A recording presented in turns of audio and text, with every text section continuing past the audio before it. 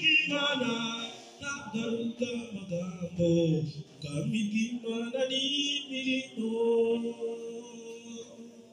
Luka 13:18. Umugani w'akabuto ka sinapi nuko arababaza ati mbese ubwami bw'Imana bwagereranywa n'iki cyangwa nabushushanya n'iki? Dore bugereranywa n'akabuto ka sinapi umuntu yenze akakabiba mu murima we, kagakura kakaba igiti, maze inyoni zo mu kirere zikarika ibyari mu mashami yacu. Yongera kuvuga ati ubwami bw'Imana ndabugereranywa n'iki?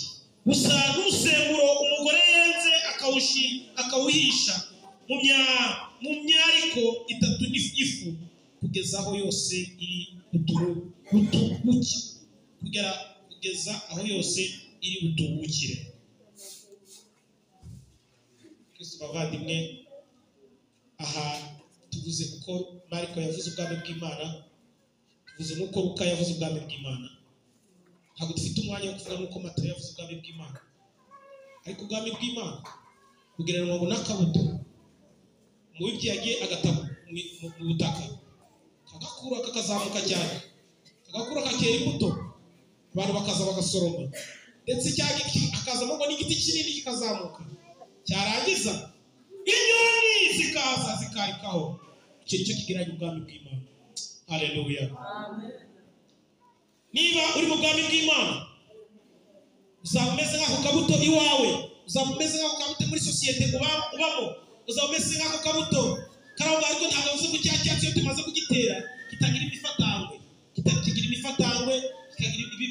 kikagira ibyatsi biza bigatuma ikigori cyawe kitazamuka. Kugira ngo cya kigori gikure, ya shaka ryawe gikure, amahundo yawe aboneke, haba habonetse n'inyoni zo kuza kona, haba habonetse n'imikararanga yo kuza gufata cya cyatsi kugira ngo kikinige. Niko ubwami bw'Imana bumeze muri iyi si turimo. Ubwami bw'Imana natwe tuvuga, harimo ibifatangwe biri kuza kudufata, hari ibifatangwe biri kuza kugufata, hari ibigeragezo biri kuza kugufata kugira ngo binige umugambi w'Imana ku buzima bwawe.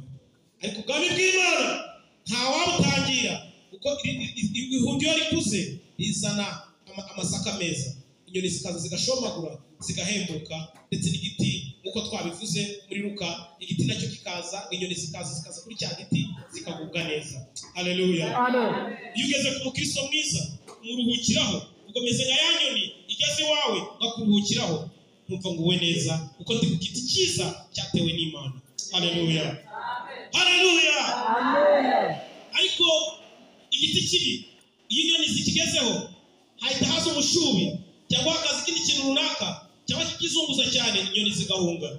Inyoni zikigira ku giti cyiza, kandi utunyoni uzumve mu gitondo